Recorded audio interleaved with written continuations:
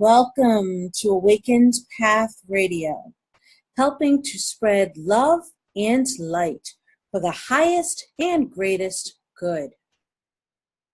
I'm your host, Reverend Candace Nadine Breen, spiritualist minister and healing minister. For more information, including show updates, courses, workshops, events, resources, and more, visit my website at www.awakenedpathonline.com. Again, that's www.awakenedpathonline.com. Also, check out that same website for my latest book called The Infinite You, Channeled Messages from the Collective. It's available on Amazon in both the Kindle version and the paperback version. Now on to today's show. Today I have with me a woman who is known as Kat. She is the admin of Cafemom's group called The Haunted Realm. She has been a stay-at-home mom for last 5 years and has always been involved with the paranormal. She still sees spirits and has paranormal experiences. Welcome to the show today, Kat. Thank you very much. It's a pleasure to be here. Now, tell us about what led you to becoming involved with the group on Cafemom known as The Haunted Realm. Well, it's really interesting. Part of it is that I came from a long line of very psychic women, women who had dreams that came true. And it's interesting because some of them were gypsies. And, there's this stigma about gypsies, but I guess some of it is true. I've just always seen them. Now, when did you have your first paranormal experience, and what was it? The first one I remember was when I was 2 years old, and I had those little plastic high heel shoes, the toddler shoes that clip-clop. Oh, yes. And so everything was carpeted except for the kitchen, and I'd go in the kitchen and clip-clop around in my shoes, and then I'd hear somebody mocking me. And many, many years later, I found out that a woman had died there and she lost her child. So she just liked playing with me. Now, were you ever afraid or scared when you knew that obviously something out of the ordinary was going on? Well, I don't think I even understood what was happening. So no, I wasn't afraid. They were just always there.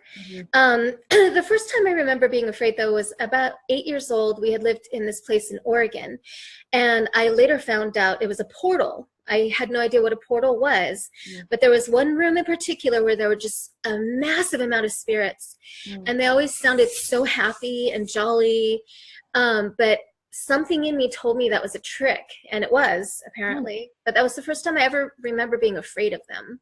Now that's very interesting. Did you ever find out about what this mass of spirits were all about? Did you ever have any answers? No, because once I was afraid of that situation, I kind of ignored them after a while, because then I started to see what was happening. I started to realize that they were actually spirits and not alive people. So for a long time, I did ignore them. And then I read about portals later on. And then when I joined Cafemom, I saw that group and found all kinds of information on things I never even would have dreamed about. Right. And so could you share with us some other paranormal experience that you remember? Yes, one of the more significant ones is one of my most accurate ones that I've ever experienced. And it's a little bit of a sad story, because for a long time, my mom and I weren't talking. And her best friend had called me. I was living 3,000 miles away at the time. Told me that my mom had attempted suicide. So I flew out to see her. I had no idea where she was living because we hadn't been talking. Her landlord let me into the house, and instantly I just felt chills up my spine. Wow. And she set me up in this one room, and I was like, okay, there is a woman here who does not want me here. Mm. And I come to find out later that all of the feelings that I had were very accurate. I felt like she was displaying herself younger than she was when she died. I didn't get the sense that she died there, but she was very, very, very protective of this one room in particular. Nobody ever went in that room. Wow. And then I felt like there was a fire. So I thought maybe she died in a fire or smoke inhalation or something, but I come to find out from the landlord that it was her mom who owned this duplex. And she was a hoarder, and there was a fire there, but she didn't die from it. She had dementia, and she died in hospice care. Oh, wow. Wow. So, yeah. Amazing. Pretty intense. Now, do you ever share your experiences with people outside of your paranormal groups? And if you do, how do they react? I do. Sometimes I'll feel people out a little bit first, but I find that most people, even if they don't believe in spirits, they still want to hear the stories, because especially when something is so accurate, they're like, how can that be? Right. So yeah, I do talk about it a lot. Now, when you have you ever turned any unbelievers to believers by sharing your story? I think maybe at least one, and it's my best friend. She's very, very skeptical, very analytical, there has to be proof in order for it to happen.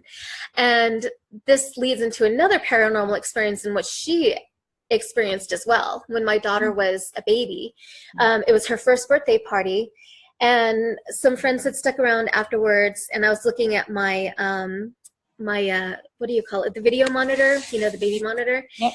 I was checking on my daughter because she'd been asleep at this point, and I saw these two distinct figures looking into her crib.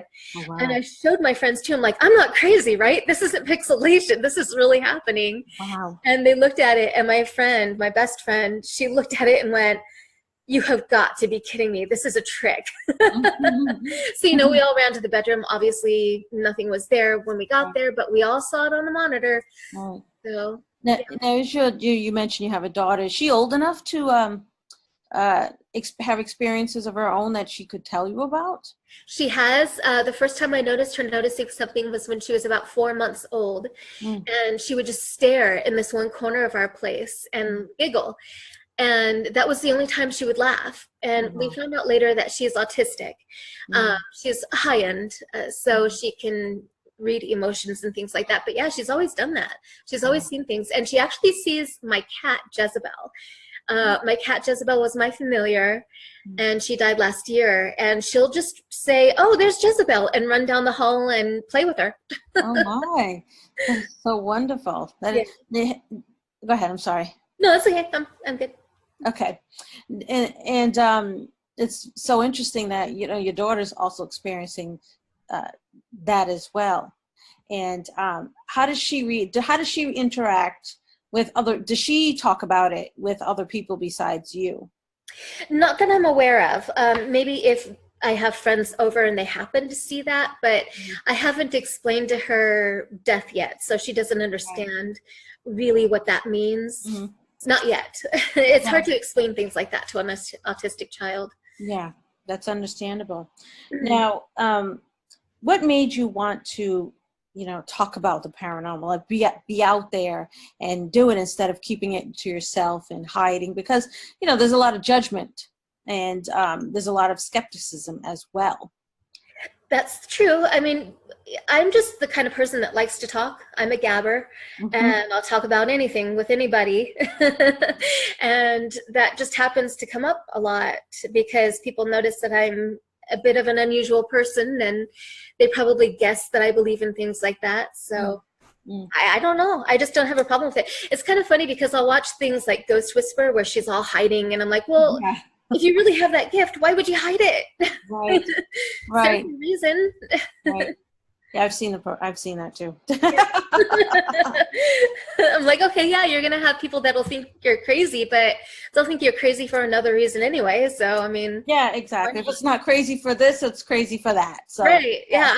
That's right. Just go with it. Exactly. So, do you write, have any blogs, online or offline groups, publications whatever related to the paranormal that you'd like to share with us? I don't, and I guess I don't know. I'm not so good with technology, Hmm. so and I much prefer speaking to people face to face anyway. Mhm. Right. Now, if someone would like to communicate with you about their paranormal experiences or join one of your groups, how would they do this? I suppose they could email me. Yeah. Yeah, I don't see why not. Okay. And is your email on the group page? I believe so, yes. Okay. And that group is Haunted Realm on Cafemom. on Cafemom. So you have to be a member of Cafemom, which Yeah. means you have to be a mom in order to take part in the group. Yeah, that's the only one that I have right now. Do you plan on expanding, creating a blog, or doing something else to gain more exposure?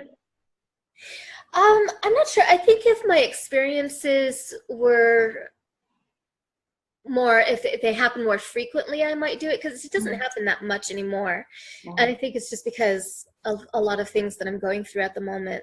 Mm. I don't know. I suppose if there were interest, I would consider it. Sounds like a great opportunity. Yeah, it does. You've got me thinking. Well, Kat, any last words for us? Any No. advice for any people who may, other people out there who may be experiencing paranormal events and not know what to do about it, or may be afraid? Any words, last words of hope, probably, could you give them? Well, I mean, I suppose there's always the risk of letting something in that isn't supposed to be here. So, I don't do things like Ouija boards, even though I know technically it's just a board game.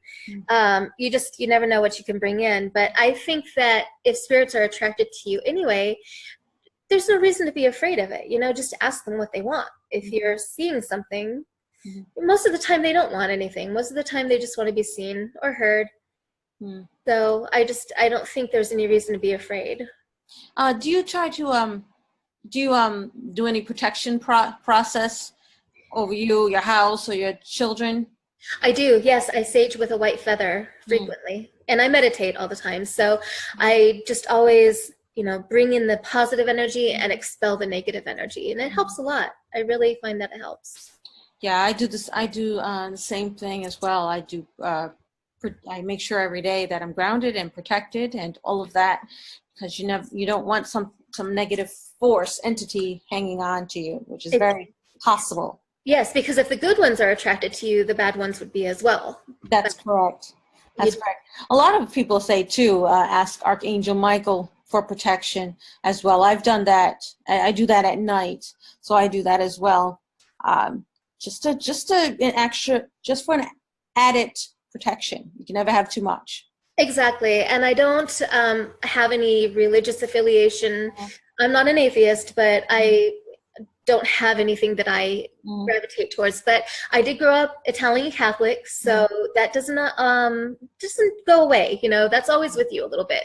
Yeah. So I do a little bit of that as well from my childhood things that I remember. And like you said, it doesn't hurt to have the extra protection. Yes, correct. Well, we've definitely enjoyed having you on the show today, Kat, and sharing your experiences with us. Well, thank you very much. It was a pleasure. Thank you, Kat. All right. Bye. Bye. Well, that's all the time we have for today, everyone.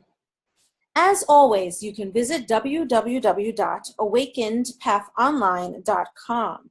Again, that's www.awakenedpathonline.com for show updates, courses, workshops, events, resources, and more. Also, check out the link on that site for my latest book called The Infinite You, Channeled Messages from the Collective. It's available on Amazon in both Kindle and paperback format. I'm Reverend Candace Nadine Breen, and thank you for listening to Awakened Path Radio. Namaste and blessed be.